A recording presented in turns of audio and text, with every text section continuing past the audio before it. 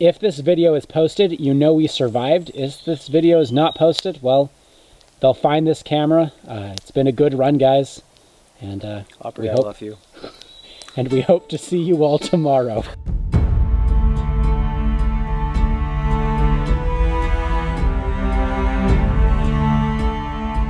On our recent trip to Europe, we stopped by Sherwood Forest, the legendary home of Robin Hood. We had originally planned to camp there that night, but ran into a small problem. The equipment that we had packed, including sleeping bags, was lost on the flight over to Europe. And that's how we found ourselves on the outskirts of Sherwood Forest with night fast approaching and no sleeping bags. All right, Joseph, where are we? We're in Sherwood Forest. And where are we sleeping tonight? Well, there's some space over there and some space over there, and I guess you can really take your pick. I kind of like this one here. There's lots of leaf litter here, and I think what we can do is make beds out of that. Another thing I'd like to try doing is to heat up some stones in the fire, pull them out when we're about ready to go to sleep, and then to layer them in some dirt under where we're planning to sleep. So the hope is that somehow between hot stones, body heat, wool blankets, and a giant bed of leaves, and I'm thinking of heaping them up. Like, I might cover myself in leaves. I might sleep underneath. I'm thinking I want to sleep underneath like a 6-inch thick bed of leaves if I can. You know, one thing I might try to do is to sleep up against this in the corner of these hay bales. This line of hay bales here? Yes. To try sleeping in that corner and then keeping leaves against that. Get a bunch more insulation there in the straw. Exactly. Well, awesome. What is this, Joseph? This is a strip of lamb. Other Joseph was kind enough to cut it into a strip for me, and I've just been roasting it over this fire together with a little bit of steak seasoning. This is a campfire in Sherwood Forest, and I'm about to taste it, so here we go. Mmm. Medium rare. Very good. Here we have, underneath those coals, baking a couple of sweet potatoes. Over on this side, we've got a couple of onions newly cooking. We've got one onion right here that just came out of the fire. Here we've got the lamb roasting on a rock together with the potatoes recently pulled out of the fire. We tried roasting one without the foil and it worked beautifully. There's another piece of lamb roasting on a stick. Honestly, for a camping trip with no camping gear, we're doing really well. We somehow lost audio for this section, but you can see that Joseph is enjoying the onions quite a bit.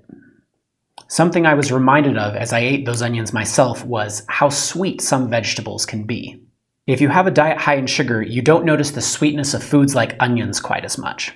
But if your diet is a little bit more basic, like this meal that we ate over the fire in Sherwood Forest, it seems like you start to notice some of the small, simple, subtle ways that these basic foods are really good.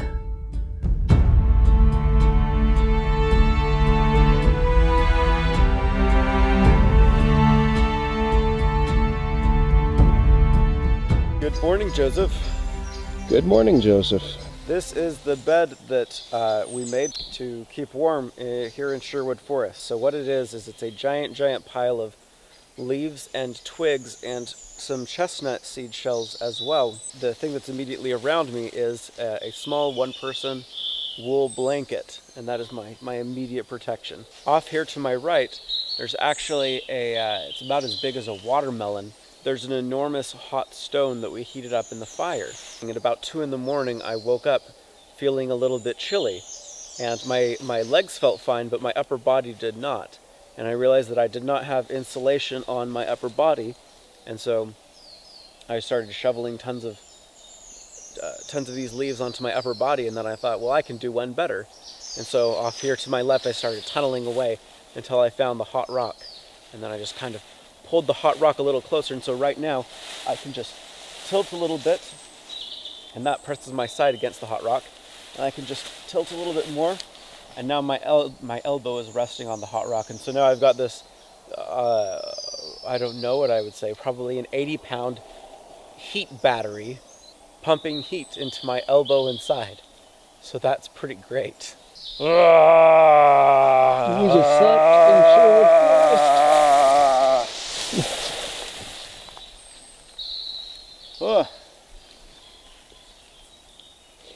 I don't know about you, but my back is a little sore. Nettle patch. It's all still working. It's all working.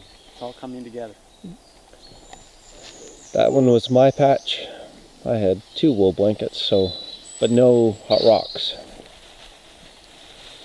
The hot rock man. I didn't think it would work that well. No, like you can come feel it if you would like. It's still... Okay, let's see this. I don't think any part of it will burn you. That's 5 hours later. 6 hours later. That is not negligible. That's something. I'm a little stiff, but honestly, I'm quite... I think none the worse for wear. Okay, wow.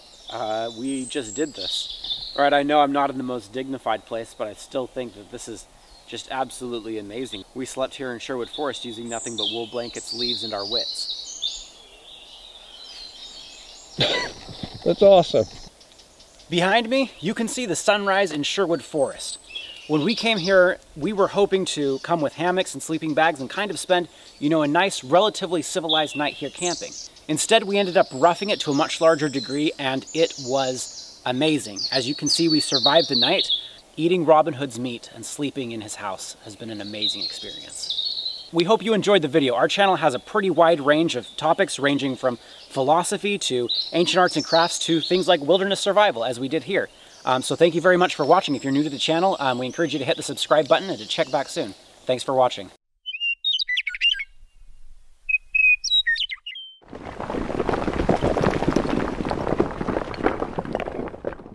Just a second. I'm one of Robin Hood's merry men. This is a mouthful of venison, or lamb. I'm okay with that. I'm in Sherwood Forest. Freaking out yet? Very calmly, peacefully freaking out in here.